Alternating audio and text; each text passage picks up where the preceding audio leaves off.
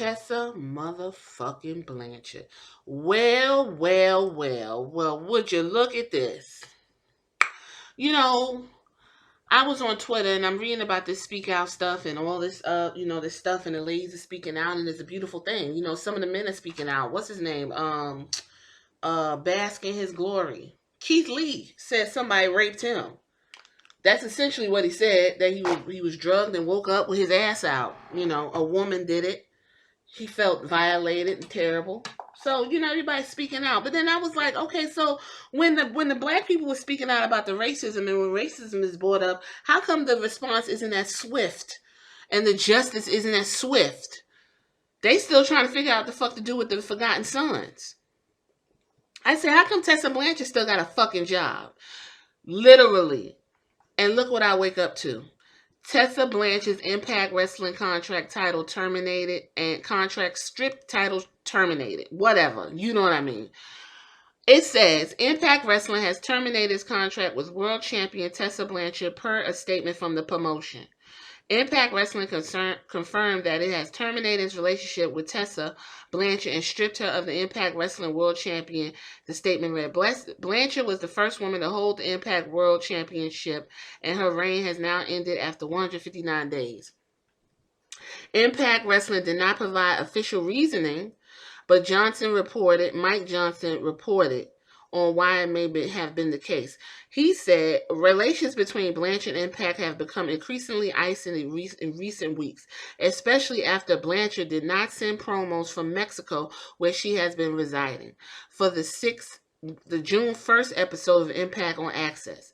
That footage was slated to have been edited into a sit-down interview conducted by Josh Matthews via satellite.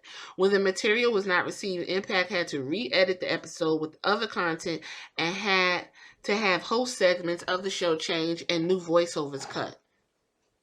Impact sources cite that there were attempts made to get Blanchard to return and drop the title, but that the two sides were not able to come to terms. Blanchard's deal was slated to expire before the pay-per-view, but Impact was hoping that she would return for a final appearance, especially as they were of the belief that they could roll the time she was in Mexico not performing onto the end of her deal, extending it past its original expiration date.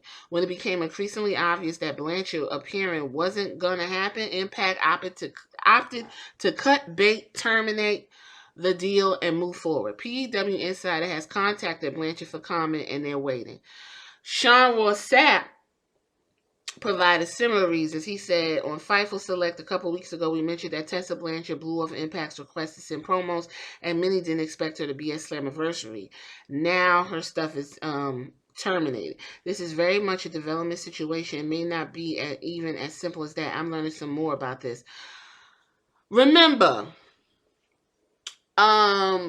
back in 2007, Tessa Blanchard spit on the wrestler named Black Rose and called her the N-word, right?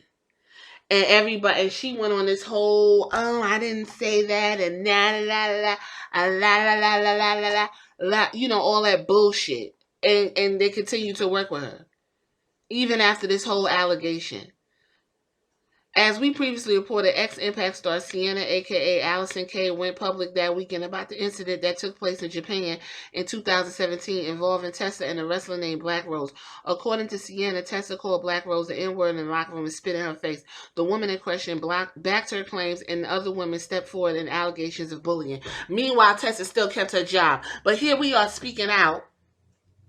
We're speaking out on sexual allegations, and everybody's losing jobs and heads is rolling. But when it was a race allegation, it was just like, oh, well,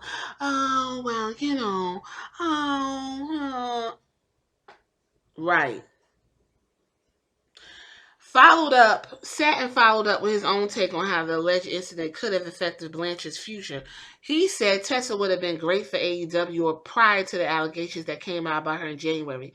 Now, however, I'm not sure how they get around that when they made a public stance on banning people like Hulk Hogan and Linda Hogan. I want to see, this ain't even going to be long, because the bitch should have lost her job when that came out during the winter of last year. She should have lost her job then. Quiet as it's kept. But when it comes to racism, everything is just like, well, you got to get over, you got to deal with it.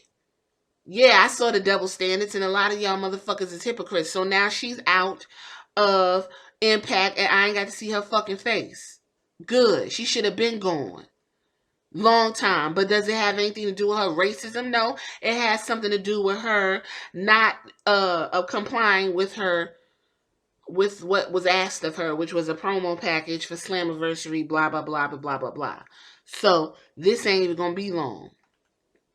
There's still fallout over the speak out stuff, which, I mean, listen, that needs to be handled, and it's been being handled as heavy handed as possible.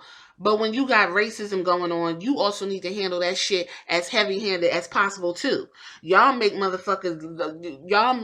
black wrestling fans feel like, okay, this is a big deal, but this isn't a big deal. Both should be equally as big of a deal, if you ask me. So Tessa Blanche is gone. Now, what is she gonna do? Is she gonna join her father over on Impact, with over on AEW, with that racism shit hovering over her fucking head?